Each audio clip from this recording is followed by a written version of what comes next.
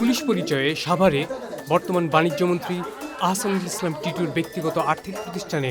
হামলা ও ভাঙচুরের ঘটনা ঘটেছে। গত শনিবার বেলা ১১টার দিকে আশুলিয়ার জিরানি বাজারের সন্ধানী লাইফ ইন্স্যুরেন্স কোম্পানির অফিসে এই ঘটনা ঘটে। হামলাকারী দলের প্রধান নিজেকে পুলিশের সাব ইন্সপেক্টর বলে দাবি করেন। পরে ফোন পেয়ে আশুলিয়া থানা পুলিশ ঘটনাস্থলে পৌঁছে ওই প্রতিষ্ঠানের জেনারেল ম্যানেজারকে উদ্ধার করেন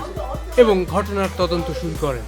এখন জন্ম সনদ দিয়ে খোলো বিকাশ স্টুডেন্ট অ্যাকাউন্ট। নিজের বিকাশ নিজে কর। আরে আমি কথা বলতে পারেন প্লিজ না সেটা আপনি আমরা আপনারা কাজ করি আমি বলতেছি অবশ্যই পুলিশ বিষয়টা আমি বলতেছি পুলিশ সামনে এই পাশাপাশি কাজ না বিষয়টা আমরা আপনার সাথে আমার কোনো পরিচয় নাই আছে এটা পয়সা কথা বলি আমরা আমাদের কি কোনো পরিচয় আছে পয়সা কথা বলি পরিচয় জানি আচ্ছা জানি এখানে কি ঘটনা ঘটছে আচ্ছা পয়সা কথা বলি সদর সাহেব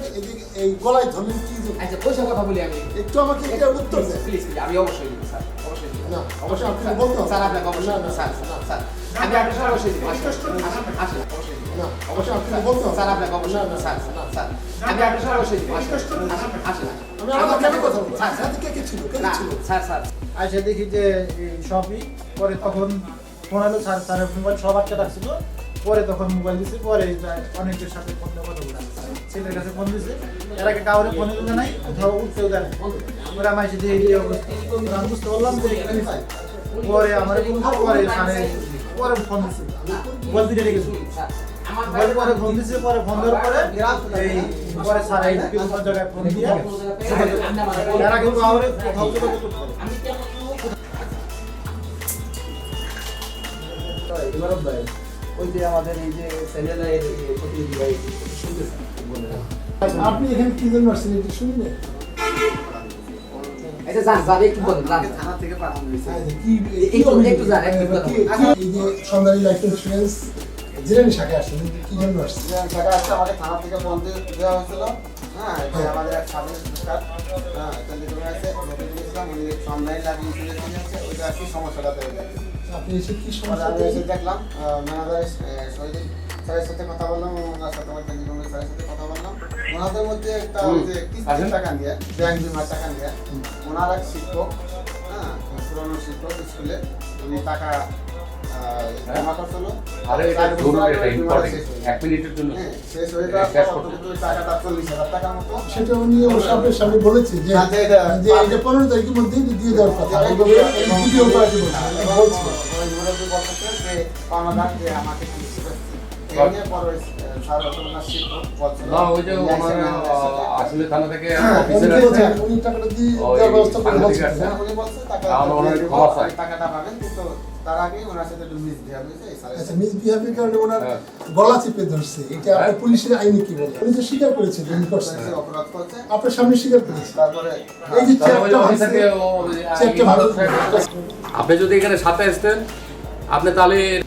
একটু আসেন যারা যারা ছিলেন আর কি আসেন শেষের পর্যায়ে এই আমি হলাম পুলিশের এসআই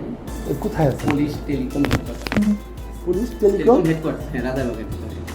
পুলিশের পুলিশ টেলিকম বলতে যে ওয়ারলেস কমিউনিকেশন এটা হলো আমাদের ইউনিট নাম শুনছেন এই জন্য এখানে কর্মরত আছে আপনি বাড়ি কোথায় বললেন আমার বাড়ি হলো কালিয়াকোট থানায় ওই যে আশাগর আমি ধরলাম যে ওনার টাকা দিচ্ছে না ঘোরাচ্ছে টাকা নিয়ে যদি ঘুরে থাকে সেটা তো আপনি আলাপ করবেন ডাক দিবেন আইনি পন্থা আছে আপনি পুলিশের লোক আপনি থানায় বলতে পারবেন আসলে থানায় বলবেন আপনি হেল্প করবেন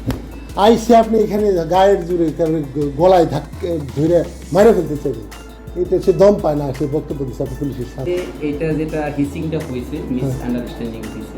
এইখানে এসে যেভাবে ক্ষমতার অপব্যবহার করছেন আপনি না এটা তো না আমি বুঝিয়ে বলছি এখন আপনার বিরুদ্ধে যে মামলা করলে তো মামলা হবে অবশ্যই আপনি এই করছেন তাই না কাগজটা রেখে মানে ফেলে দিয়ে উত্তেজিত হয়ে আমার তাৎক্ষণিক ভিত্তিতে আমার যে চেয়ার ওই চেয়ারের যে আমার গলা ধরছে দুই হাত দিয়ে আমার গলা চেপে ধরে আমার শ্বাস এইভাবে ধরছে মানে শ্বাস বন্ধ হয়ে যাওয়ার উপক্রম হয়ে যাওয়ার সঙ্গে সঙ্গে আমি ছটফট করতেছিলাম আমি নিচে পড়ে গেছি তারপরেও আমার সে ছাড়তে ছিল না এমন পর্যায়ে আবার চেয়ারে ওঠায় আমার যাতা দিয়েছে যাতা দেওয়ার সাথে সাথে চেয়ারটা ভেঙে গেছে ভেঙে দেওয়ার সাথে সাথে আমি বারবার ফোন দিয়ে আমার লোকজনকে ডাকার চেষ্টা করতেছি, কিন্তু ওরা আমার ফোনটা পরে কেড়ে নেয় 3 জনে মিলে। কেড়ে নিয়ে পরে আমি কোনো উপায় না পাই আমি বাইরে যাওয়ার চেষ্টা করছি, তাও যেতে দেয় না। আমি বাইরে হবো এই মোড়ের সাইডে, সেটাও বাইরে যেতে দেয় না। মানে আমি তখন একেবারে পুরো একটা আমি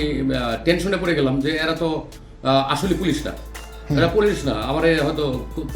মানে খুনও করতে পারে। এরকম মানে বিষয়টি আমার যখন টেনশনে পড়ে গেলাম, ইতিমধ্যে আমার একটি লোক যখন আসছে তখন আমি মোটামুটি একটু সাহস পাইলাম। তখন ওর মাধ্যমেই আমি বিভিন্ন জায়গায় ফোন দেওয়া হলাম এবং ওনার কাছ থেকে ওনার উপস্থিতিতে মোবাইলগুলি আমি চাই এবং তারা না করতে পারে না, তখন মোবাইলটা আমার দিয়ে দেয়। আচ্ছা, তখন দিয়ে আমার সাথে তখনই সরিটরে বইলে ওনারা বাইরে হয়ে যাচ্ছিলেন। ঠিক সেই সময় আমি বলছি যে না, একটু আসেন, একটু বসেন, কিন্তু তারপরেও উনি জোর করে চলে যাবেন।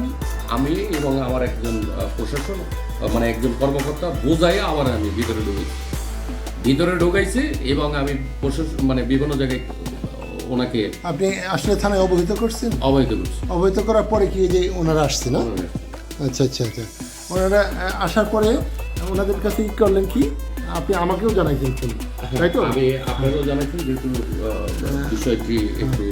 জটিল, বিষয়টি আমি আপনারা জানাইছি। ইভেন